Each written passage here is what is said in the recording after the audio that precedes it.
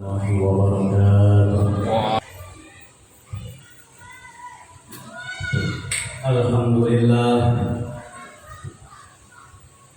alhamdulillahilladzi hadana li hadza wa ma kunna linahtadiya laula an hadana Allah.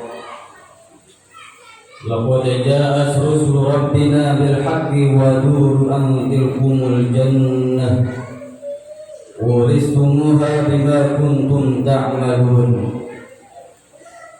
Ashhadu an la ilaha illallah wahdahu la syarika lah wa ashhadu anna Muhammadan abduhu wa rasuluh. Allahumma salli wa sallim ala sayyidina Muhammadin wa ala alihi wa ashabihi wa man tabi'ahum bi ihsanin ila yaumiddin. Wa qala Allah ta'ala fil Qur'anil Karim, a'udzu billahi minasy syaithanir rajim, bismillahirrahmanirrahim.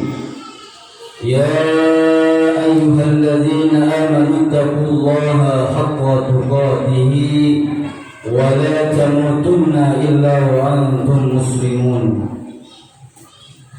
Ya ayuhan nasu ittaqu rabbakum alladzi khalaqakum min nafsin wahidah wa khalaqa minha zawjaha wa bassa minhuma rijalan katsiran wa nisaa wattaqullaha alladzi tasaaluna bihi wal arham innallaha kana 'alaykum raqiba. Wa qala ta'ala fi ayatin ukhra, bismillahirrahmanirrahim. Ya ayyuhalladzina amanu taqullaha wa qulu qawlan sadida yuslih lakum a'malakum wa yaghfir lakum dhunubakum wa man yuti'illaha wa rasulahu faqad faza fawzan 'azima. Amma ba'du.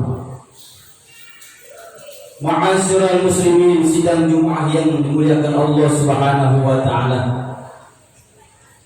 Alhamdulillah, di siang hari ini kita masih berikan kenikmatan yang luar biasa oleh Allah Subhanahu wa taala sehingga kita bisa melangkahkan kaki kita, tergerak hati kita untuk melaksanakan beribadah kepada Allah Subhanahu wa taala.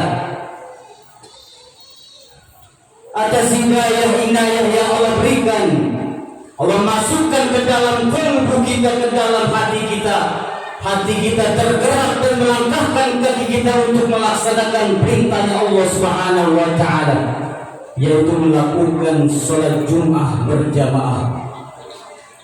Mudah-mudahan nikmat yang selalu Allah kucurkan kepada kita semuanya, kita bisa menjadi hamba Allah yang lebih bertakwa kepada Allah, meningkatkan kualitas iman kita kepada Allah Subhanahu wa taala, dan kita bisa menjadi hamba Allah yang lebih bersyukur akan nikmat-nikmatnya Allah Subhanahu wa taala. Salawat dan salam marilah kita sampaikan kepada baginda Nabi besar Muhammad sallallahu alaihi wasallam, dan kita sampaikan salam-salam kita untuk keluarga-keluarga beliau, sahabat-sahabat beliau, dan kita umat beliau yang insyaallah berpegang teguh istiqomah menjalankan sunnah-sunnah, dari sunnah yang terkecil hingga sunnah yang terbesar. Nanti kita akan mendapatkan syafa'atul usma, pertolongan yang besar dari baginda Nabi Muhammad sallallahu alaihi wasallam. Amin ya rabbal alamin. Ma'asyiral muslimin, sidang Jumat yang dimuliakan Allah Subhanahu wa taala. Khatib berwasiat khususnya untuk khatib pribadi, marilah kita tingkatkan kualitas takwa kita dengan kita menjalankan semua perintah-perintah Allah, dan kita tinggalkan apa yang telah dilarang dan diharamkan oleh Allah Subhanahu wa taala untuk kita kerjakan. Amin ya rabbal alamin. Ma'asyiral muslimin, sidang Jumat rahimakumullah. Suatu ketika Sayyidina Umar bin Khattab ingin menggembirakan hati baginda Nabi Muhammad sallallahu alaihi wasallam, datang ke rumah baginda Nabi Muhammad dengan membawa berbagai macam makanan dan minuman. Di kedua tangannya penuh dengan makanan dan minuman untuk membahagiakan hati baginda Nabi Muhammad sallallahu alaihi wasallam. Sayyidina Umar keluar rumah dengan hati yang sangat gembira, dengan hati yang sangat sukacita ingin bersama-sama baginda Nabi Muhammad sallallahu alaihi wasallam. Ketika sampai di rumah Rasulullah, Sayyidina Umar mengetuk pintu Rasulullah seraya dia berkata assalamualaikum, tetapi dari dalam tidak ada jawaban salamnya. Di salam kedua mengetuk pintunya, assalamualaikum ya Rasulullah, tidak pula ada jawaban di dalam, menandakan ada Rasulullah sallallahu alaihi wasallam. Saat salam yang kedua, hati Sayyidina Umar sudah mulai sedih. Ketika salam ketiga dia ketuk rumah Rasulullah sallallahu alaihi wasallam, assalamualaikum ya Rasulullah, tidak juga ada jawaban salam dari Sayyidina Umar. Ketika salam yang ketiga, Sayyidina Umar duduk di depan rumah Rasulullah SAW seraya merenung, sungguh kasihan makanan yang telah aku bawa ini, minuman yang telah aku bawa ini untuk Rasulullah SAW. Ketika merenung dengan kesedihan, dengan hati yang tidak gembira lagi, ketika itu ada terbunyi terompah Rasulullah SAW di dalam rumah Rasulullah SAW. Ketika itu hati yang galau, hati yang resah saat itu, sehingga gembira kembali mendengar terompah Rasulullah SAW. Ketika dibuka oleh Rasulullah itu pintu baginda Nabi Muhammad SAW, wajah Sayyidina Umar yang saat itu gembira menandakan bahwanya Rasulullah SAW ada di rumah dan dia bisa berbincang-bincang, mengobrol dengan baginda yang mulia Rasulullah SAW. Tapi Sayyidina Umar melihat di pipi Rasulullah ada cetakan tidurnya, yaitu pelepah kurma, dan berkata Sayyidina Umar, ya Rasulullah, apakah engkau pernah bercerita kepadaku dan kepada para sahabat? Engkau bercerita dengan para orang Yahudi yang Allah berikan kekayaan di rumahnya, rumahnya megah-megah ya Rasulullah. Kenapa engkau keadaannya seperti ini ya Rasulullah? Engkau tidur dialaskan dengan pelepah kurma, sehingga engkau bangun tidur ada cetakan di pipi engkau. Ketika Sayyidina Umar berkata seperti ini, jawab oleh Rasulullah, wahai Umar sahabatku, memang Allah Subhanahu wa ta'ala memberikan orang-orang Yahudi Nasrani dengan kemewahan, dengan kekayaan, dengan jabatan, tetapi dia tidak beriman kepada Allah Subhanahu wa ta'ala. Di akhirat nanti mereka semua tidak diberikan sedikit pun kenikmatan oleh Allah Subhanahu wa ta'ala, hanya kenikmatan di dunia saja. Tetapi orang yang beriman kepada Allah, meskipun di dunia dia fakir, di dunia tidak memiliki pangkat jabatan kekayaan sekalipun, tetapi nanti di akhirat kelak dia akan diberikan oleh Allah kenikmatan kebahagiaan akhirat. Ketika mendengar jawaban oleh Rasulullah, wahai Umar, tinggal engkau memilih, ingin bahagia di dunia apa sengsara di akhirat. Apakah engkau memilih dunianya sengsara tetapi di akhirat mendapatkan kebahagiaan, kenikmatan dan mendapatkan surganya Allah Subhanahu wa ta'ala? Serentak Rasulullah seperti itu baginda Umar berkata, al-akhirah, tentu saya memilih akhirat ya Rasul. Jawaban oleh Rasulullah SAW ini terdapat di dalam firman Allah Subhanahu wa taala di dalam surat Al-Qasas ayat 77. Allah berfirman, Bismillahirrahmanirrahim. Wabtaghi fima ataqallahu darul akhirah.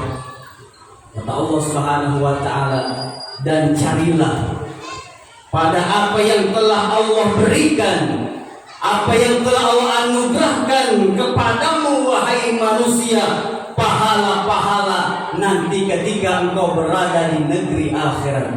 Wala tansa nasibaka minad dunya, dan janganlah kamu lupakan bagianmu di akhirat. Terjemahan singkatnya, kita kejar akhirat dan jangan lupa kita meninggalkan dunia kita.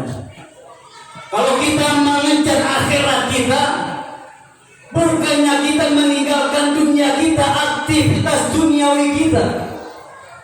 Duniawi tetap berjalan, tapi niat dan nilai-nilai akhirat jangan sampai kita tinggalkan.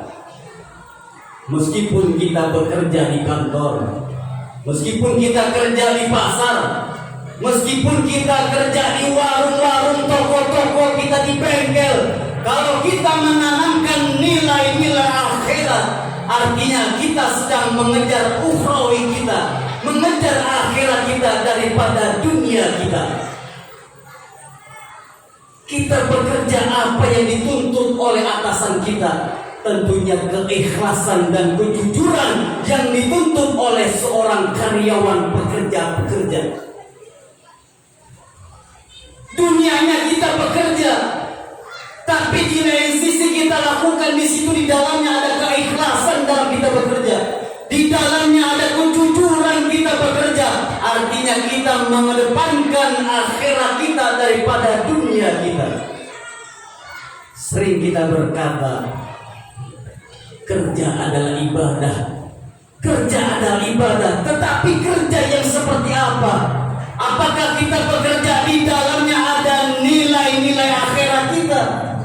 Ada nilai-nilai niat kita kepada Allah Subhanahu wa taala, atau niat-niat ukhrawi kita? Tapi kalau kita di pasar kita berbuat curang, tapi kalau kita di kantor kita tidak berbuat jujur, kita korupsi, artinya kita lebih mengedepankan, lebih mengutamakan dunia kita daripada akhirat kita. Jadi kalau kita bekerja apapun profesi kita, kalau di dalamnya ada nilai-nilai akhirat, jujuran, keikhlasan, keterbukaan, artinya kita sedang mengejar ukhrawi kita, akhirat kita, yang nanti kita akan dapatkan surganya Allah Subhanahu wa ta'ala. Jadi yang dikejar adalah akhirat, yang diutamakan dalam bekerja adalah akhirat. Dunia kita tinggalkan, bukan kita tinggalkan kerja kita, tapi kita lebih mengedepankan niat ukhrawi kita di hadapan Allah Subhanahu wa ta'ala. Yang bekerja dimanapun apapun profesinya, mari kita tanamkan di dalam hati kita keikhlasan, kejujuran, yang nanti kita akan dapatkan buah-buah itu semua di akhirat, di dalam surganya Allah Subhanahu wa ta'ala. Jangan kita berpikir dunia dan akhirat 50%, 50%. Akhirat dan dunia kita jangan kita seimbangkan, tapi ada yang lebih kita utamakan dari itu semua. Kalau kita bisa memprestasikan akhirat 80%, dunia 20%, kerja tetap kita lakukan, kerja tetap kita laksanakan, tapi nilai-nilai yang kita kejar lebih dominan daripada dunia yang kita kejar. Ma'asyiral muslimin, sidang Jumat yang dimuliakan Allah Subhanahu wa ta'ala, kita masih lihat saudara-saudara kita yang bekerja, terlebih yang bekerja, mohon maaf, di bidang ojol, yang mereka saat ini ada yang masih muter-muter mencari dunianya.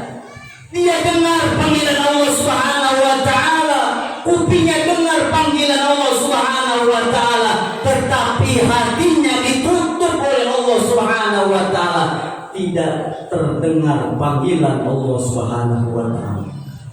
Maka kita yang duduk di tempat ini merupakan orang-orang pilihan. Ketika kita sibuk dengan dunia kita sibuk dengan kerja kita, kuping kita dengar, hati kita peka, dan kita bisa melangkahkan kaki kita di tempat yang mulia ini guna melakukan perintahnya Allah Subhanahu wa ta'ala. Maka yang kita kedepankan, kita cari adalah ukhrawi kita. Apapun profesi yang kita sandang, mari kita niatkan untuk beribadah kepada Allah Subhanahu wa ta'ala. Setiap hari kita tidak lepas dari sarapan. Setiap hari kita tidak lepas dari makanan dan minuman. Makanan adalah dunia, minuman adalah dunia. Kalau kita niatkan untuk akhirat, ya Allah, saya berniat saya makan dan minum untuk kuat beribadah kepadamu ya Allah. Saya makan dan minum berniat ibadah untuk kuat melakukan ibadah semua ritual ibadah yang aku lakukan kepada Allah Subhanahu wa ta'ala. Kendaraan yang kita punya adalah simbol dunia, tapi kita niatkan kita punya kendaraan untuk menjemput keridhaan Allah Subhanahu wa ta'ala. Kita tunggangin itu kendaraan kita untuk menuntut ilmu, untuk mencari ridhonya Allah Subhanahu wa ta'ala. Semua aktivitas kita niatkan untuk ukhrawi kita, untuk ibadah kepada Allah Subhanahu wa ta'ala. Banyak kendaraan yang kita punya, tetapi jalannya yang menuju kemurkaan Allah Subhanahu wa ta'ala. Sendal yang kita pakai menuju kepada kemurkaannya Allah Subhanahu wa ta'ala. Yang dia kejar, yang dia utamakan adalah dunianya. Hubbud dunia, kecintaan kepada dunia. Na'udzubillahi min dzalik. Ma'asyiral muslimin, sidang Jumat yang dimuliakan Allah Subhanahu wa ta'ala. Rasulullah SAW bersabda, ad-dunya mazra'atul akhirah. Makalah dari para ulama bahwasanya dunia ini adalah tempat ladang, dunia ini adalah sawah, dunia ini adalah kebun. Kebun apa? Yaitu kebun akhirat. Aktivitas akhirat kita tidak lepas daripada dunia kita.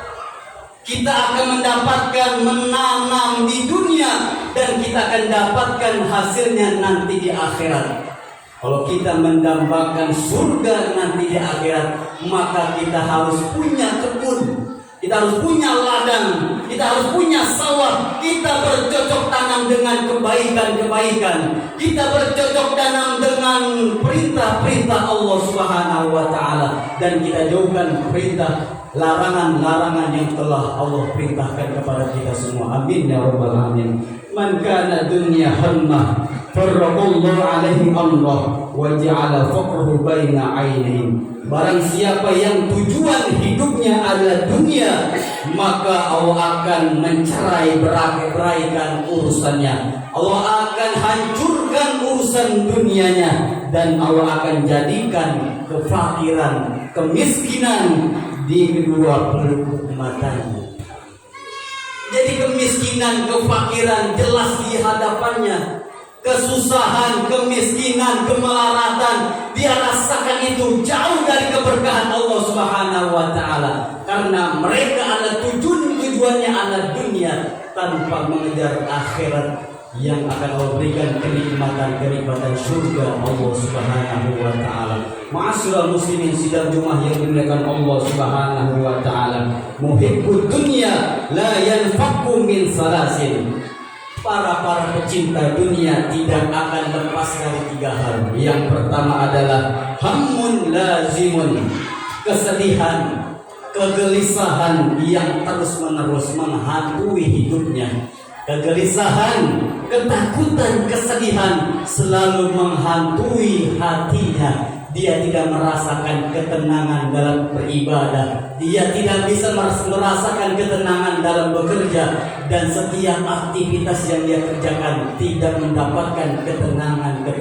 Na'udzubillahi min dzalik. Yang kedua adalah wa ta'abun daimun, keletihan yang terus berlanjut.